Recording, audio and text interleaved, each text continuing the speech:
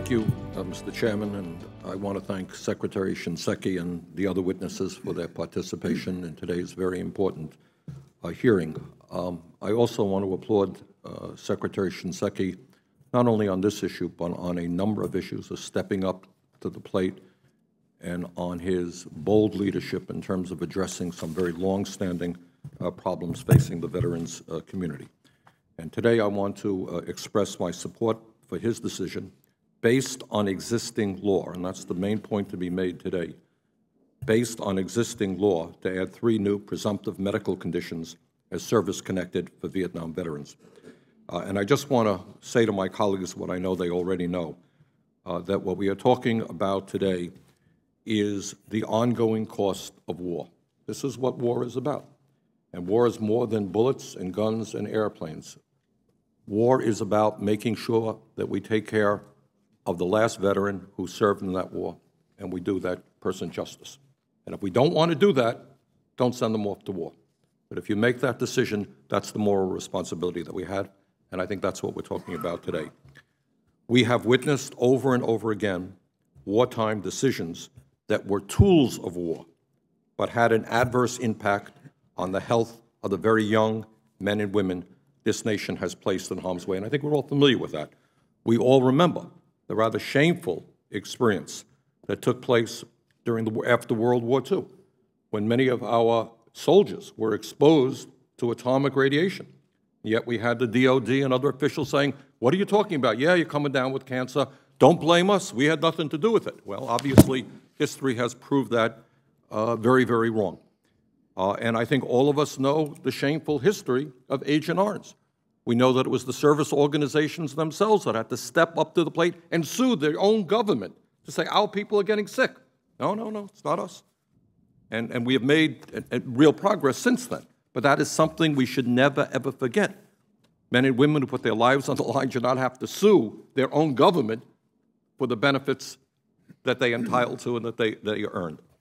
The Agent Orange Act 1991, which is the fundamental topic of this hearing, enabled VA to begin treating and compensating veterans exposed in Vietnam because of positive association.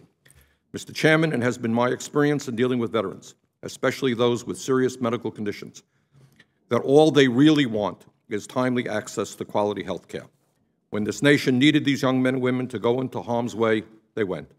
However, when those same veterans came back knocking on the door, DOD or VA medical centers seeking health care, they too often found themselves turned away or denied health care because of rules and regulations that would rather split hairs than provide health care. I was in the House for many years on the Government Operations Committee, and I will never forget, as long as I live, the hearings that Chris Shays, who was then chairman of that committee, and I held on Gulf War illness. And we had veterans coming in whose bodies were falling apart, and we had the VA at that time saying, you're not sick, you're not sick. It was a very distressing experience. This debate about a presumption decision-making process rather than meeting the health care needs of veterans. It's about presumption decision-making. Agent Orange was a kick-the-can-down-the-road issue that is so common inside the Beltway, but doesn't make a bit of sense to the men and women who truly believe VA is their health care system, which I hope all of them do believe.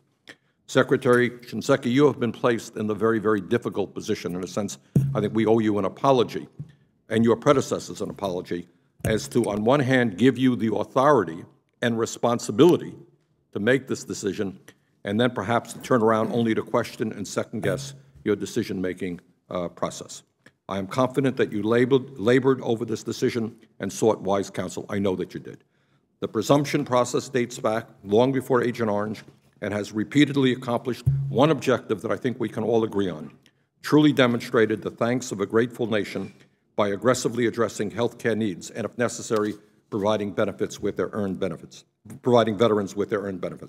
My colleagues, on the issue of cost, none of us are willing to put a price tag on good health. If cost is a concern, then cost should be discussed before sending service members into harm's way.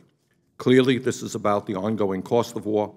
The cost of our efforts in Iraq and Afghanistan will be paid by not only this generation, but generations to come. Personally, I believe no veteran should ever be denied timely access to the VA healthcare system especially if they truly believe their medical condition was due to their service in the armed forces. How can we call these brave service members heroes in one breath, then question their integrity and intentions when they come to the VA for assistance?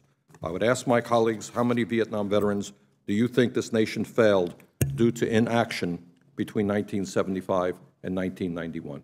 And I'm afraid there are many, many thousands of them. So, Mr. President, Mr. Chairman, I just want to congratulate you for your efforts and Secretary Shinseki, and I hope we can proceed in addressing this issue.